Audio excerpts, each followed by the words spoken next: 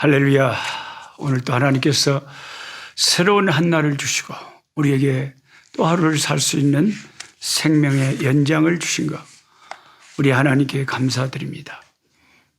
오늘 2021년 12월 3일 금요일 히브리서 9장에서 13장의 말씀을 공부하도록 하겠습니다. 제가 특별히 다 모든 말씀을 다 함께 할 수는 없고, 올해는 히브리서 12장 1절에 나온 구름같이 둘러싼 허다한 증인들이라는 이 말씀에 대해서 한번 상고해 보려고 합니다. 구름같이 둘러싼 허다한 증인들이 천국에서 우리를 내려다보고 마치 프로야구 선수들이 플레이를 하면 관중석에서 막 응원을 하듯이 하늘에 먼저 간 그 앞서간 성도들과 예수님과 성령님과 하나님과 천군 천사들이 우리의 신앙의 경주를 바라보고 응원한다. 우리를 바라보고 있다. 구름같이 둘러싼 허다한 증인들이 우리를 내려다보고 우리 신앙을 격려하고 있다. 이렇게 이 말씀을 생각한다면 그것은 조금 오해일 수 있다 하는 것입니다. 천국에 있는 사람들은, 천국에 먼저 가신 분들은 우리를 과연 내려다볼 수 있을까요? 저하고 참 친하게 지냈던 전라도 고흥의 우천교회 조지현 목사님, 지금 하늘나라에 가신 지 벌써 한 10여 년 돼 갑니다. 그 다음에 불과 얼마 전에 참 정말 꽃처럼 아름답게 헌신하고 선교사의 모범이 되었던 저희 KPM 선교사님 박은주 선교사님이 하늘나라에 먼저 가셨다는 게 지금도 저는 잘 믿어지지가 않습니다. 근데 실제예요. 정말 날개 꺾인 새처럼 그 귀한 아내를 잃은 우리 이 정건 선교사님 남편 된 선교사님도 그 슬픔을 극복하고 또 선교사 케어하신다고 또 열심히 하고 계신 것 보면 참 대단하다는 생각이 듭니다. 또 지난주에 장례식을 치른 우리 뽀빠니 레소토 목사님, 참 좋은 전도자였고 저는 그 형제만 생각해도 늘 기분이 좋았는데 더 이상 그 형제를 이 세상에서 볼 수 없다는 게 참 섭섭하고 아쉽습니다. 먼저 세상을 떠나서 천국 간 앞서간 성도들은 천국에서 날마다 시간마다 우리 모습을 바라보고 있을까요? 우리의 사랑하는 사람들이 하늘로부터 우리의 삶을 지켜보고 있는가? 어떤 사람들은 히브리서 12장 1절의 묘사를 통해서 천국에 있는 사람들이 아래를 내려다보고 우리를 볼 수 있다는 생각을 합니다.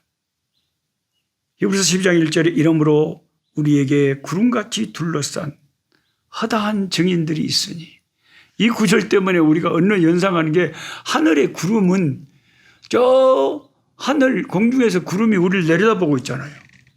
그러니까 구름같이 둘러싼 이 말을 그 이미지가 꼭 천국에서 앞서간 천군 성도들과 천군 천사들이 우리를 구름이 공중에서 우리를 내려다보듯이 그렇게 내려다보고 있다, 이런 생각을 하게 될 수가 있다는 것입니다. 이 구름같이 둘러싼 허다한 증인들이 누굽니까? 문맥을 보면 바로 전장에 나온 히브리서 11장에 나열된 믿음의 영웅들이죠. 믿음의 영웅들. 우리가 그들에 의해 둘러싸여 있다는 사실이 일부 성경 해석자들로 하여금 그러한 영웅들이 천국으로부터 우리를 내려다보고 있다고 잘못 생각하게 만들 수가 있습니다. 천국에 있는 사람들이 우리가 뭘 하고 있는지 내려다보고 있다는 생각은 이런 대중적인 일반 상식에서는 그럴듯하게 생각이 되어집니다. 우리 역시 우리를 떠나간 사랑하는 사람들이 우리를 다 날마다 지켜보고 있다는 개념을 좋아할 수도 있습니다. 그렇지만 히브리서 12장 1절을 냉정하게 객관적으로 들여다보면 이러한 개념을 가르치는 말씀은 아니라는 것이죠. 그래서 히브리서 12장에 이러므로라고 시작을 하잖아요. 이러므로라고 하는 것은 그 앞선 장 히브리 11장에 그런 놀라운 믿음의 사람들이 어떻게 믿음으로 살았는가, 그 모든 환난과 어려움을 통과하면서 어떻게 믿음의 삶을 보여주었는가, 그들이 저와 여러분이 이 땅에 믿음 생활하는 우리 신앙 생활에 모범이 되고 강력한 성공적인 믿음의 증인들이 된다는 것입니다. 그들을 생각하고 우리가 신앙생활을 그들처럼 해야 된다는 거죠. 히브리서 12장 1절에 대한 적절한 해석은 구름과 같이 허다한 증인을, 그러니까 엄청나게 많은 믿음의 그 남자들과 여자들은 그들이 어떻게 믿음으로 하나님 앞에 살아냈는가를 우리에게 증거해 주는 증인들이라는 것입니다. 구약의 이야기들은 두려움을 극복하고 믿음을 택한 축복에 대한 증거. 그러니까 구름같이 둘러싼 이 말은 하늘에서 우리를 내려다본다는 의미의 구름이 아니라 엄청나게 많은 믿음의 사람들이 우리에게 이렇게 신앙생활을 하는 거다 하는 것을 이미 모본을 보여주고 갔기 때문에 우리는 그런 분들의 신앙생활을 본받아서 그들처럼 신앙생활을 해야 된다 하는 뜻으로 히브리서 12장 1절의 뜻이 해석돼야 된다는 것입니다. 그래서 히브리서 12장 1절은 그거와 연관해서 모든 무거운 것과 얽매이기 쉬운 죄를 벗어버리고 인내로서 우리 앞에 당한 경주를 경주하며 그랬잖아요. 우리가 경주를 잘 하려면 여러분 마라톤 대회에 우리가 출전하는 선수라고 생각합시다. 저도 초등학교 때 마라톤 대회에 많이 참석을 했는데 제가 빨리 달리기는 잘 못하는데 그 마라톤은 그래도 조금 한 10등 안에 드는 것 같아요. 꼭 하면. 겁나게 잘하지는 않아도 그래도 좀 선두에 선단 말이에요. 꾸준히 뛰는 것입니다. 그런데 마라톤을 하는 선수가 복장이 겁나게 무거운, 뭔 등에다가 뭘 무거운 짐을 지고, 바지에다가 무슨 돌파구나 뭐 아주 무거운 것을 넣고 주머니에다가 그러고 뛴다고 생각해 봅시다.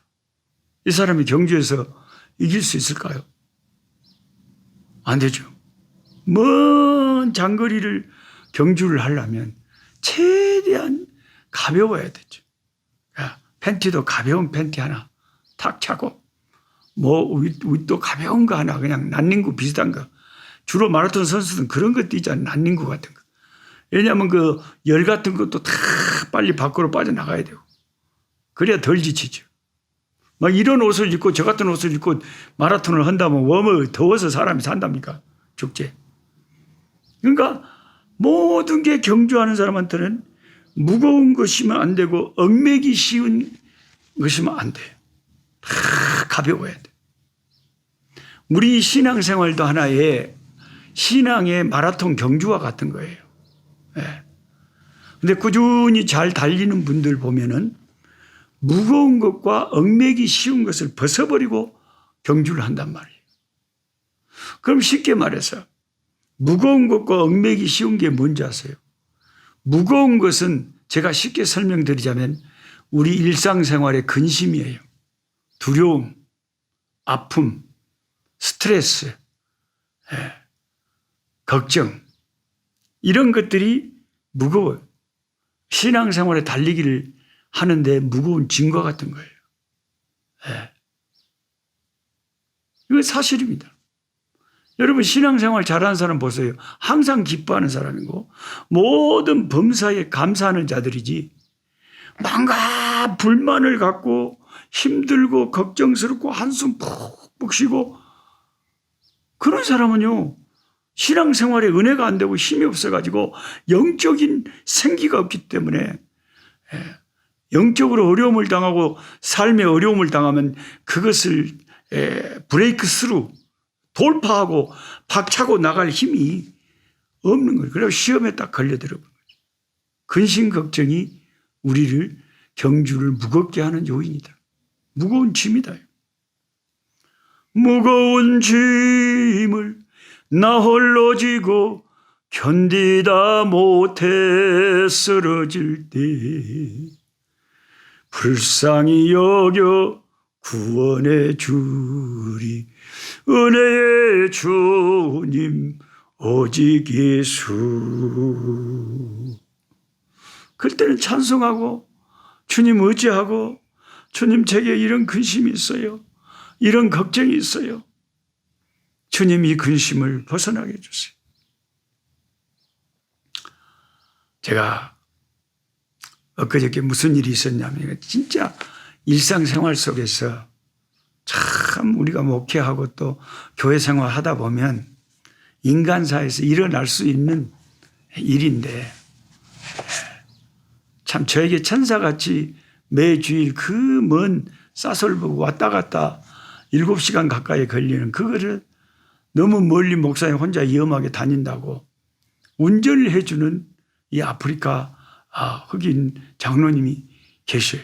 그러니까 그 부인도 너무 말씀이 은혜스럽다고 은혜 받는다고 자기 자녀들 식구들 다 데리고 남편과 함께 제 차로 늘 싸솔보로 왔다 갔다 해요. 근데 금요일 날 주중에 저를 찾아와가지고 저희 집으로 노 목사님 이거 목사님께 말씀 안 드릴 수가 없습니다.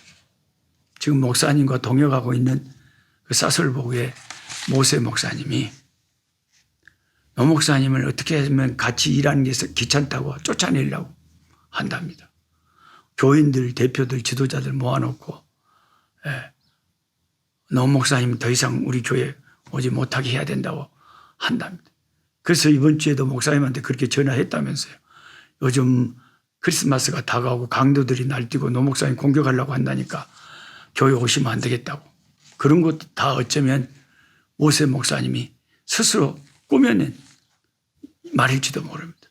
목사님 안 왔으면 싶어 한다.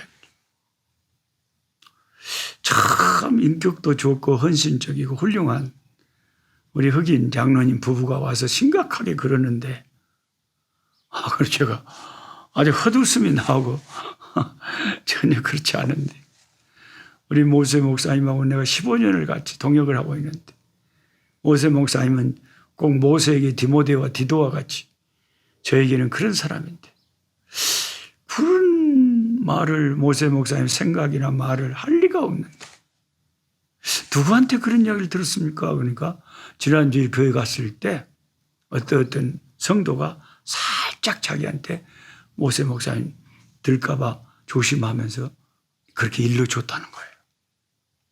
누군지 그 성도의 이름을 들었을 때 제가 깜짝 놀랐어요. 왜냐하면 그 성도는 또 내가 신뢰하는 너무나 신뢰하는 성도고 그 사람은 없는 말을 지어서 할 사람이 아니거든요. 없는 말을 괜히 지어서 그런 일도 없는데 괜히 우리 장로님한테 그런 이야기를 할 리가 없거든요. 그래서 제가 이제 완전히 진퇴양난에 빠진 거예요. 모세 목사님을 생각하면 그럴 리가 없고 말도 안 되는 소리고. 나는 우리 모세 형제를 믿는데 내 등에 딱 칼을 꼽는다. 글쎄 많은 흑인 목사님들이 나를 배반하고 가슴 아프게 하고 그랬지만 모세 목사님은 나를 보고 아버지 내가 무슨 아버지라고 부르라 그랬어요. 부담스러워서 듣기 싫은데도 자기는 아버지하고 그러는데 내 뒤에서 그런 소리를 하고 그런 음모를 꾸몄다. 그런 말이 이렇게 들려온다. 이건 말도 안 돼. 근데 내가 신뢰하는 그 성도가 그런 말을 했다면 또 그 성도도 헛소리를 할 분이 아닌데 이게 도대체 어떻게 된 거냐. 저는 기가 막혀가지고 그 자리에서 하루 그때가 오후 5시쯤 됐거든요. 그 자리에서 바로 일어나서 바로 차를 몰고 사설복으로 달렸습니다.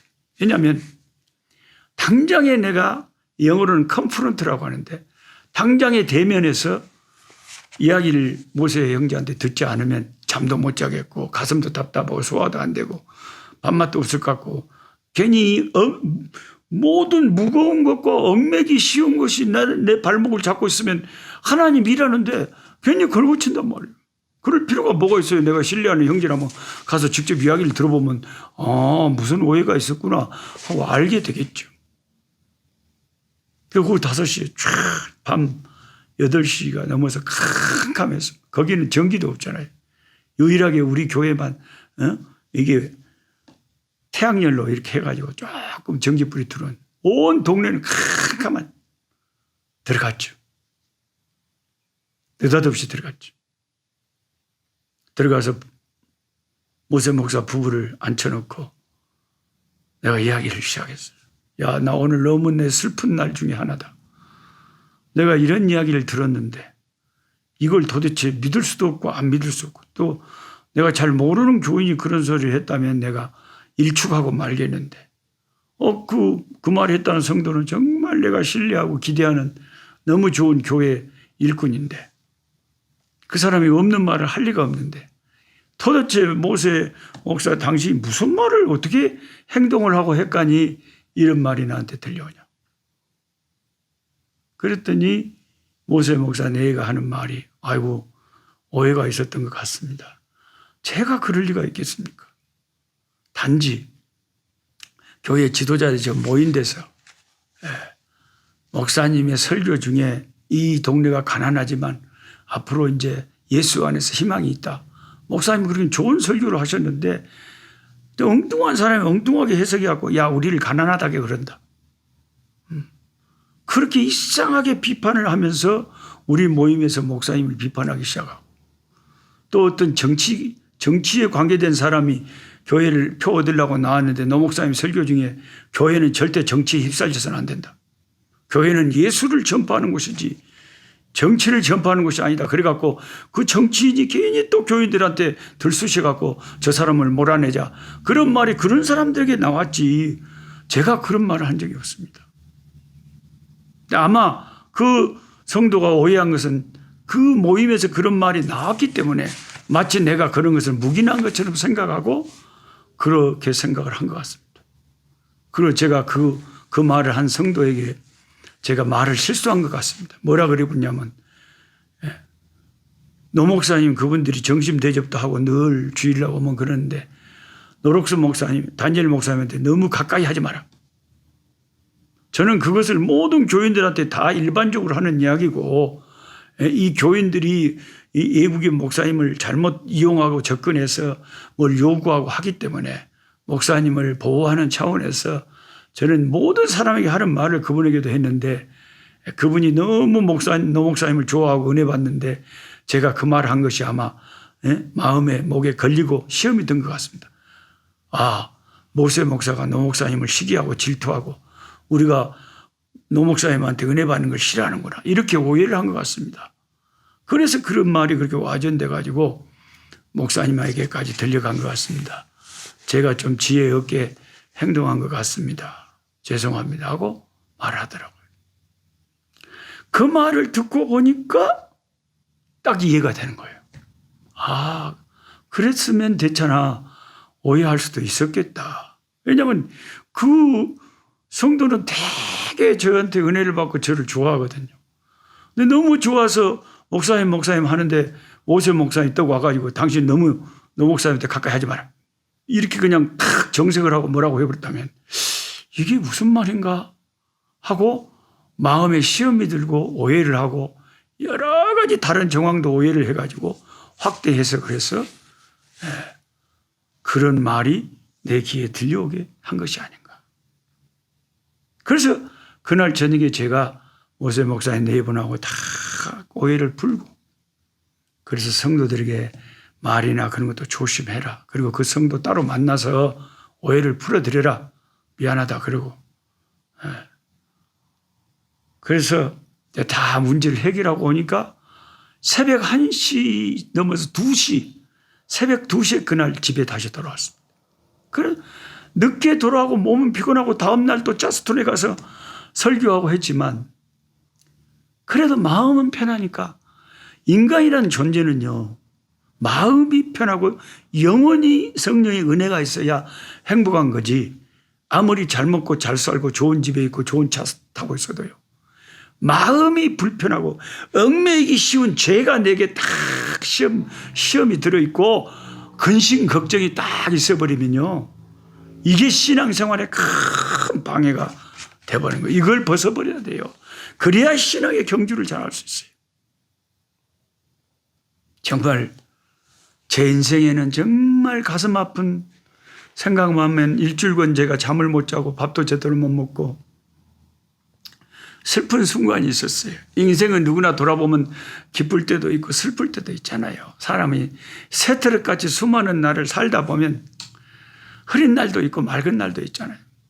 제게 가장 슬픈 날 중에 하나는 뒤돌아보면, 예를 들면 하나님 말씀대로 살아야 되는데 내가 시험 들어서 말씀을 제대로 순종하지 못하고 죄짓고 방황하며 하나님 앞에 잘못된 삶을 살던 그런 순간들, 그 하나님 앞에 제일 가슴 아픈 슬픈 순간들.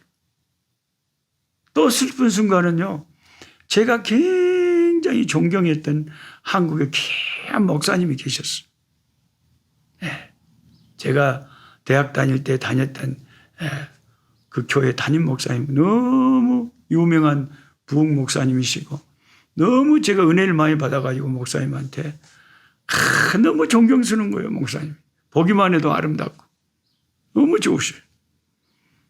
너무너무 좋아하고 제가 좋아하고 흠모했는데, 근데 제가 안식년에 어느 안식년 한국에 가서 목사님께, 물론 아는 목사님께 전화를 드려야지 왔다고, 전화 안 드리면 나중에 또 알고 언제 왔는데 아직 연락도 안 하냐고 뭐라고 하시는 목사님들이 많기 때문에 어쨌든 전화를 드려야 되거든요.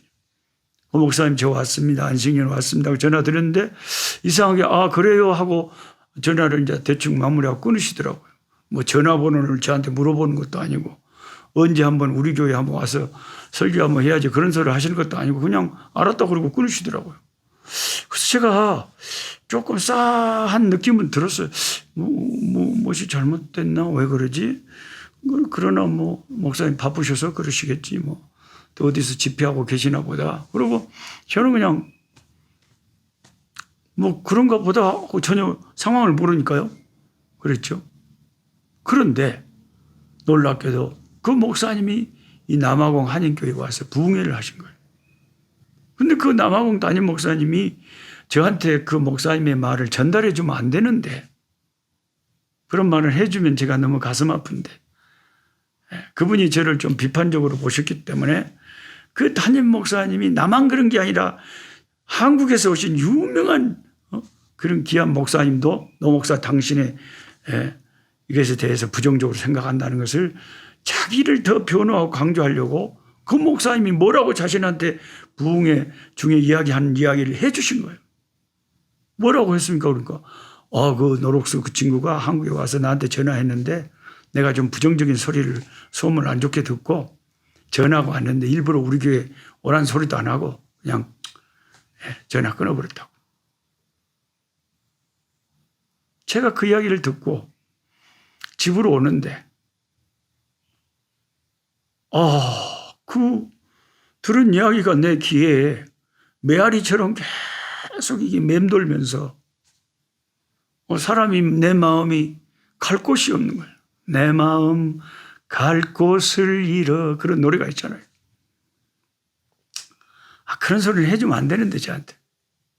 왜냐하면 내가 너무 좋아했던, 너무 흠모하고 사랑하고 존경하는 목사님이라. 그래 이해가 되는. 그래서 그때 목사님이 그렇게 전화를 받으셨구나. 그리고 전혀 나를 부르시지도 않고 그러셨구나. 그러면서 한 일주일 동안 계속 잠도 못 자겠고 괴롭고 슬픈 거예요. 내가 그렇게 취급받는 게. 그러니까 내가 예수님에게 그런 취급을 받는다면 여러분 얼마나 슬프겠습니까?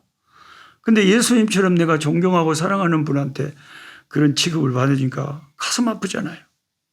그러면서 한편으로는 섭섭한 감정이 확 이렇게 밀물처럼 올라오는데, 내가 그분의 친아들이었다면 정말 그분이 그렇게 하셨을까? 친아들이 지금 목사님이시거든요. 저하고 나이가 거의 같거든요. 내가 친아들이었다면 아마 그러지 않았을 거다. 친아들이었다면 무슨 나쁜 소문을 들었다면 당장에 남아공 오셨다면 나를 불러가지고 너 목사 나 여기 왔다. 부흥회 와라. 예? 아이고 오셨습니까? 당연히 달려가죠. 제가 은혜 받으러. 목사 인사도 드리고. 내가 이야기를 듣니까 이런 안 좋은 소리가 들리는데 너 조심하고 똑바로 해라. 그러면 그러셨습니까? 아이고 조심하고 주의하고 잘하겠습니다. 그런 말씀 해 주셔서 감사합니다. 그랬으면 그걸로 끝 아니에요? 아들이었으면 그렇게 하지 않았을까요? 자기 친아들인데도 그냥 모른 척하고 맙니까? 내가 아들이 아니라서 그렇구나. 그냥 그 교회의 단순한 교인이었기 때문에 그렇구나. 그래서 마음에 안 들면 그냥 그것은 마지막이구나. 그렇게 생각을 하니까 되게 섭섭하잖아요. 그래서 제 마음에 그런 생각을 하고 마음을 달랬어요. 그래, 그 목사님 은퇴하시고 나이 많이 들어서 병원에 이제 오늘 내일 하신다고 누워 계시면 그때 찾아뵈야지. 그 전까지는 나를 오라고도 하지 않으니까. 그리고 병원에서 가서 손잡고 기도해 드리면서 목사님 그때 좀 섭섭했지만 다 이제 괜찮습니다. 그렇게 풀어야지. 그런 생각을 하고 마음을 달래고 결론을 지었어요. 그러나 가슴은 되게 아팠습니다. 그런데 여러분 참 신기하죠. 그 다음 안식년 때 한국에 갔는데 그 목사님 성결교회가 우리 교단에서 큰 교회거든요. 근데 그 지역에 주일학교 연합회에서 저를 강사로 초청을 했는데 주일학교 교사 강습회를 한다고. 하필 그 목사님 교회에서 한다는 거예요. 근데 나는 당연히 그 목사님은 늘 주마다 집회 다니니까 수요일 저녁에 화요일 저녁에 제가 설교를 해도 그 목사님 안 계시겠지 싶어서 이제 안심하고 갔는데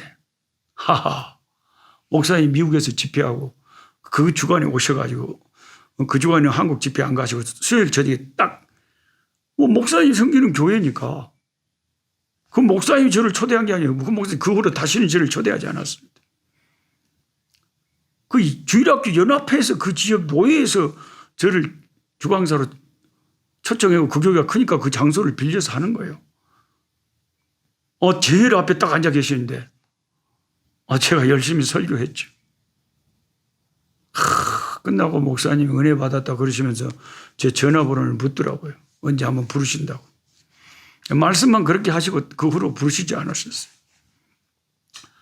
그런데 놀라운 사실은 그 목사님 은퇴하시고 중국 선교를 하시는데 중국 선교하는 일에 책임을 맡으셔가지고 아마 주변에 여러 목사님들 제가 안식년에 한국 나와 있다는 걸 아시고 그 노록수 선교사님 지금 한국에 1년간 안식년에 나와 있다는데 그분 좀 우리한테 가입시켜서 함께 중국 선교 잠깐이라도 같이 하면 힘이 될 겁니다. 목사님을 되게 좋아한다고 제가 소문 냈는데 목사님이 전화하시면 너 목사 당장 달려올 겁니다.